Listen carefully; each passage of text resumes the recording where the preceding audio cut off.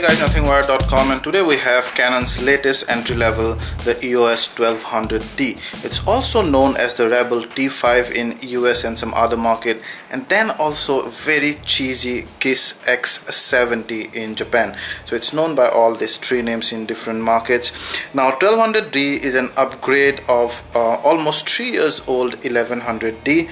It comes in with some improvement both in terms of the ergonomics and body and also in terms of features. Now the kit we have is like the most expensive one, where you have the body plus the 18 to 55 mm IS2 lens and plus the 55 to 250 mm IS2 lens. Again, there you can see it says kit lens. You also get the body, you also get the camera with the 1855 mm lens, and you also get in various combinations in various markets. So the price for this one generally is say on Amazon.in, it's with both the kit lenses, it's about 31,538 Indian rupees, and on Amazon.com it's about $699. We did not find it on Amazon.co.uk, both this kit. With a single kit in India it's about 26,750, in US it's about $499, and in the UK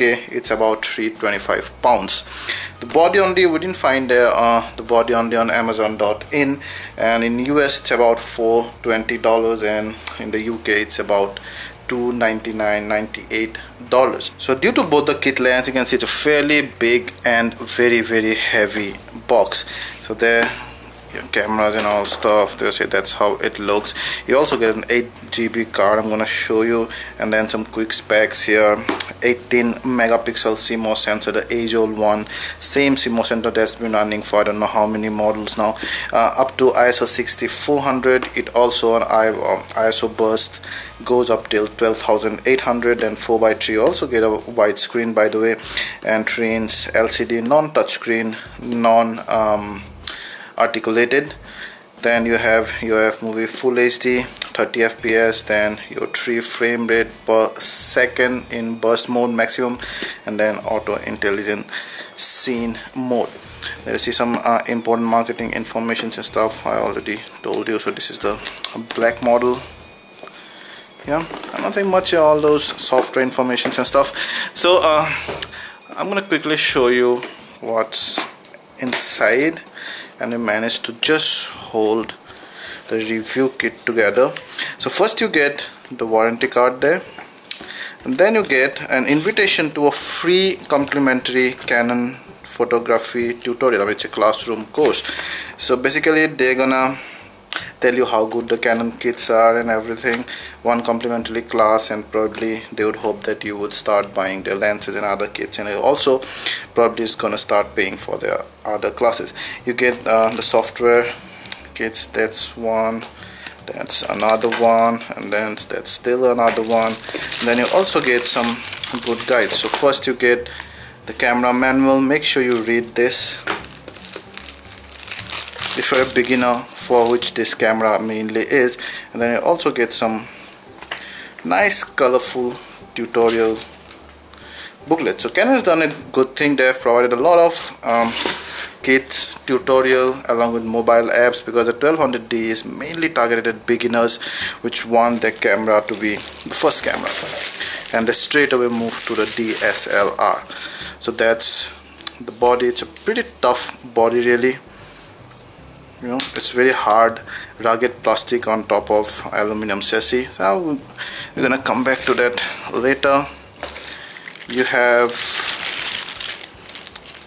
the external battery charger, the power cord. You have, that's the battery, it's the LPE10 battery, 860 mAh, and then you have the shoulder strap there, then your data cable, and then at last we have both the kit lenses. So that's your 1855 mm kit lens, and then here you will have the other kit lens, the zoom one. So it goes from 55 till 250. Both have the second version of image stabilization. Yeah, so those are all the things that are in the packet. The 1200D has a very clean, nice and thoughtfully designed body. Now you have a magnesium chassis inside, and then on top it's mostly plastic. It also partially weather sealing. Now it's certainly not as rugged as some of the mid-range devices like the 70D or such, or 7D maybe, but then this certainly looks rugged enough, and it in fact feels and holds slightly better than the 1100D. At the same time, this guy becomes slightly less in weight, slightly lighter than its predecessor.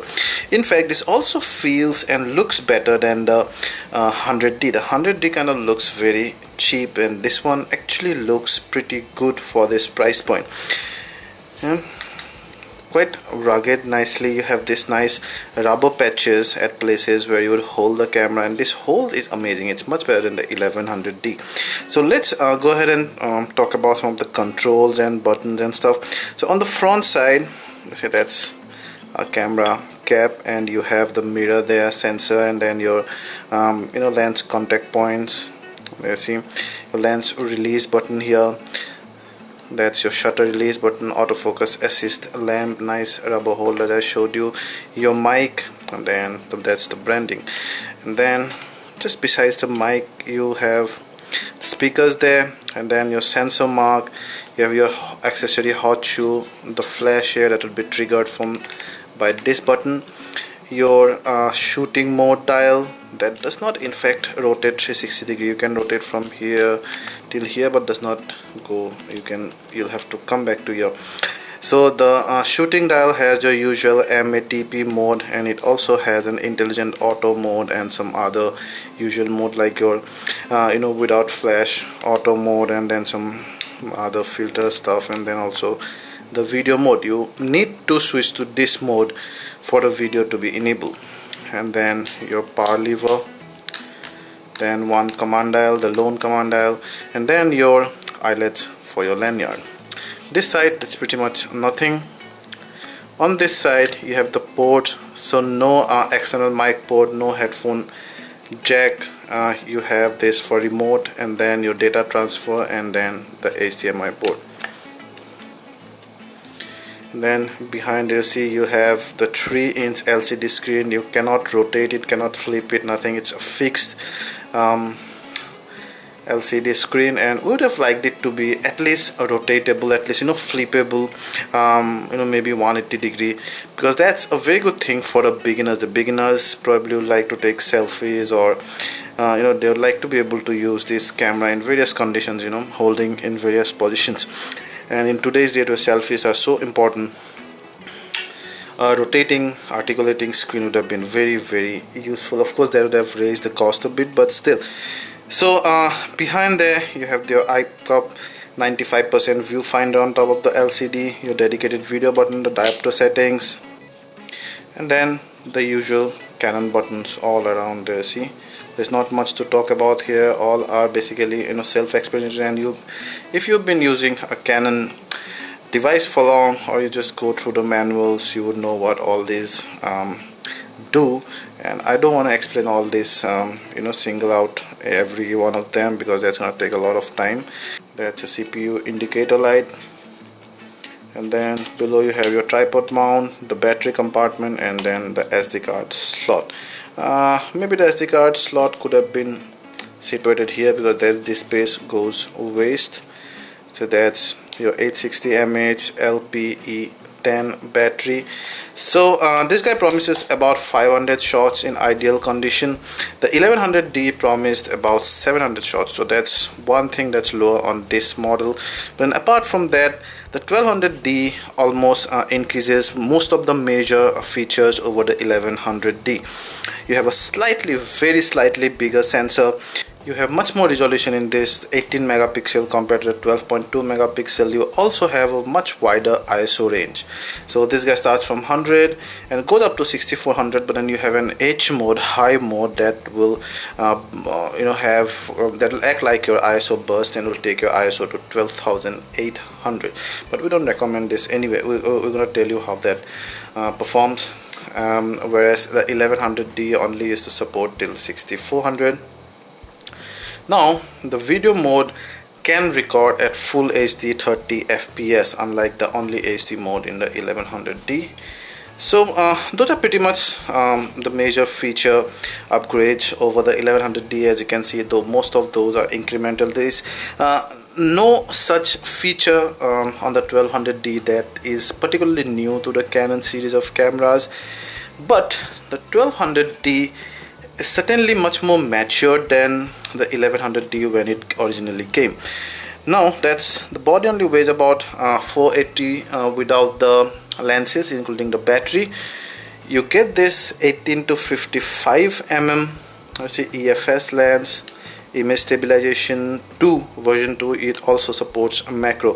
Now EFS means that it's only made for cropped Canon camera. So if it's EF, then it's made for the full frame. So you can see autofocus manual, focus toggle button, and your stabilizer, zoom ring, and suppose, and then your focus control ring here. Very nice rear cap, very nice rugged rear cap, as well as equal good quality of the front cap. I see EFS 18 to 55. The focal range, the aperture range starts from 1/3.5 till 5.6. so at 55 mm you'd only get 5.6 maximum aperture. IS2, it takes a filter of the size of 58 mm. So apart from that, you can also get it the 55 to 250. It's a much slower lens. I'll tell you what, the aperture starts from there, see, 4 till 5.6. so at 55 you can shoot at 4, which is quite decent. 250 at a 5.6, which is also quite decent under enough light, but then at low light this lens becomes pretty slow, but it also not that costly. So IS2, again it takes 58 mm, same filters, you see, EFS lens again, not the EF. I see autofocus, same kind of design that the 1855 has. It also supports macro.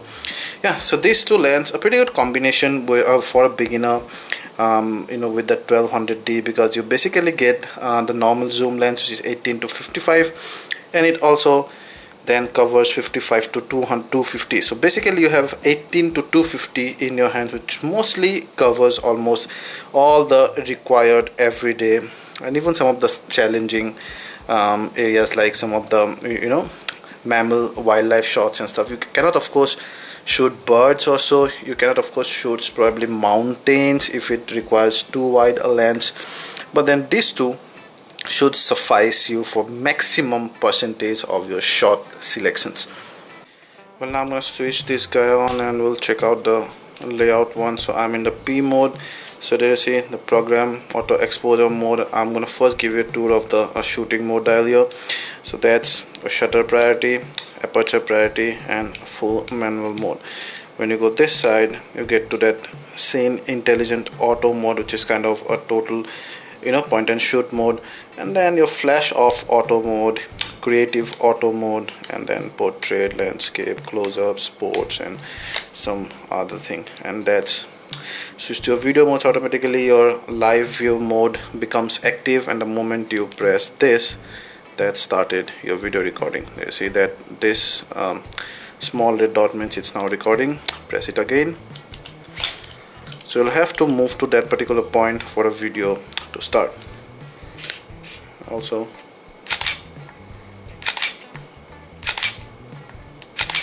it's quite good. I'm not in a burst mode, but as you can see, it's quite fast. So it supports 3 fps burst mode if I select the burst mode here, that is. So when I go to continuous,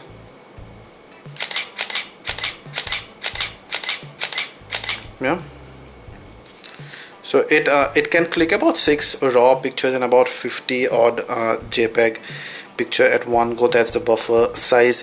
3 fps is okay for a beginner's camera, but then the competitor offers more. For example, the D3300 from Nikon, which is priced almost similar, can go up to 5 fps.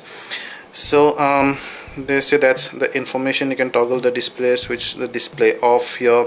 You can also simply move to the live view mode here, and then you can click the photo from here also. The autofocus hunt a bit.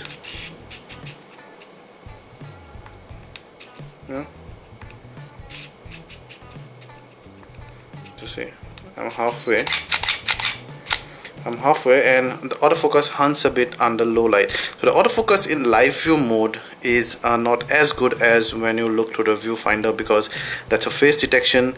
Through live view it's a contrast detection autofocus. So contrast detection autofocus is generally much slower than the face detection.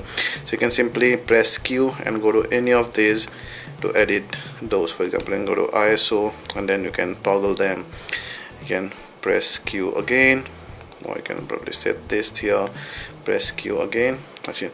So this AV button in M mode will let you change the aperture, yeah, and when you leave it you can change the shutter speed with this button. Apart from that, you can straight away go to your ISO and then autofocus or the AI servo or one shot and things, and then as I showed you, your drive mode and then your white balance settings, yeah, auto exposure lock, also your autofocus point selector. So this is automatic. The moment you press any of these, this one, it becomes manual. So you can select the autofocus points here, you see. You can also press this and press it again for it to become automatic selection. That's the playback button, and in the playback mode you can delete with this, you can zoom out with this till 9 image, and then you can zoom in with this. So some of those usual options. So let's go to menu and show you some of the items. I'm not going to show you all because that's going to take very long. So this obviously supports both RAW as well as JPEG, as well as RAW plus JPEG. And then some other settings here. Auto lighting optimizer, it's brilliant in this camera. You have the usual tree metering modes, white balance, picture style and all, ISO auto, receive max 6400, and then live view shot, autofocus method, flexi zone, live mode and quick mode, grid, aspect ratio. Those are some of the playback settings. Then histograms, and then we come to your system settings, then your menu setting. That's the menu setting. So the 1200D kind of lay out the UI as well as the buttons very cleanly and very in such a way that it becomes very easy for a beginner. It's a very small learning curve. Everything is big, everything is clean, properly laid out. They're not messy, they are not, you do not have to hunt for any particular feature. They all are pretty self-explanatory, which is probably the most important feature when you're a beginner, when you're jumping onto a DSLR, because the DSLR itself sounds so intimidating. You ought to make that, you ought to like kind of try to soothe down the user, and this guy is perfect for that. Now 1200D is, I think, very perfect for a beginner. Let's talk about the performance of the 1200D now. The system of the 1200D is quite breezy, comfortable, and most importantly has a very small learning curve to operate and does not lag at any time. We would have loved a touchscreen which would have made the switching between options a bit easier. Also, a rotating or tilting screen would have made shooting at varied angles easier and more comfortable. Like for example, take selfies. The 3 FPS actually gives 3 FPS, which is fine for most of the cases, and it would suffice for day-to-day life, but not of course for fast moving objects or in case of sports. The 9-point autofocus system has only one crosshair type, and that's the middle one. It locks just fine along with others fine-tuning when you're shooting under enough light. Under low light, however, it struggles a bit, and as a result the autofocus is little slow. So make sure you generally lock the subject with your center crosshair type autofocus as much as you can. This translates to the continuous autofocus tracking mode as well. So even the continuous tracking mode is kind of like a little cheesy.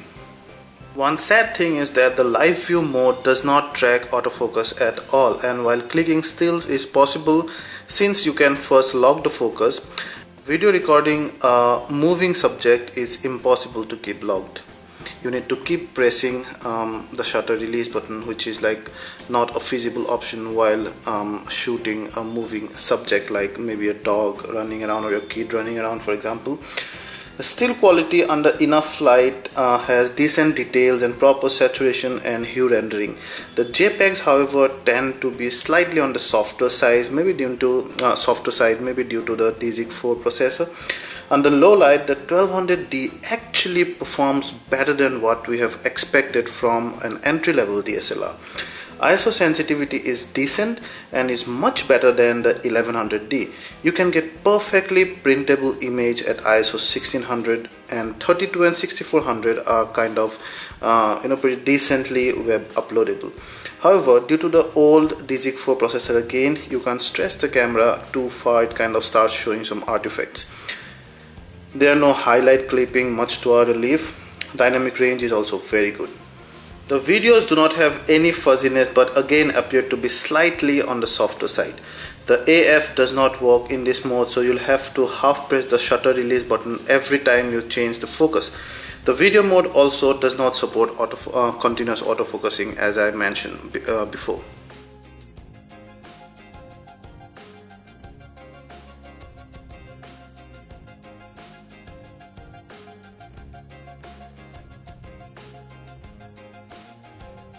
So let's first talk about the good and bad of this device. The good things is that it's very easy and ideal for a beginner. It starts everything almost as the zero level, at the basic level. The UI is very clean, button layouts are very clean, easy to understand. There's not much a learning curve. It also, by the way, comes with a companion app which kind of teaches the basic of shooting and tests you on some basic GK, but then that app is not available on market. For example, it's not available on Play Store in India. It's only available in the UK and Europe. I suppose that's a bad thing. So however, this whole package is made for beginners, and Canon has succeeded in that, we believe. Number two is that it feels much better than the 1100D, and it also thankfully upgrades on all of the major features. However, there are a few bad things, which number one is that it retains the very old DZIC-4 processor. At least it could have moved to DZIC-5, if not DZIC-6. Then number two is it does not have a tilted screen.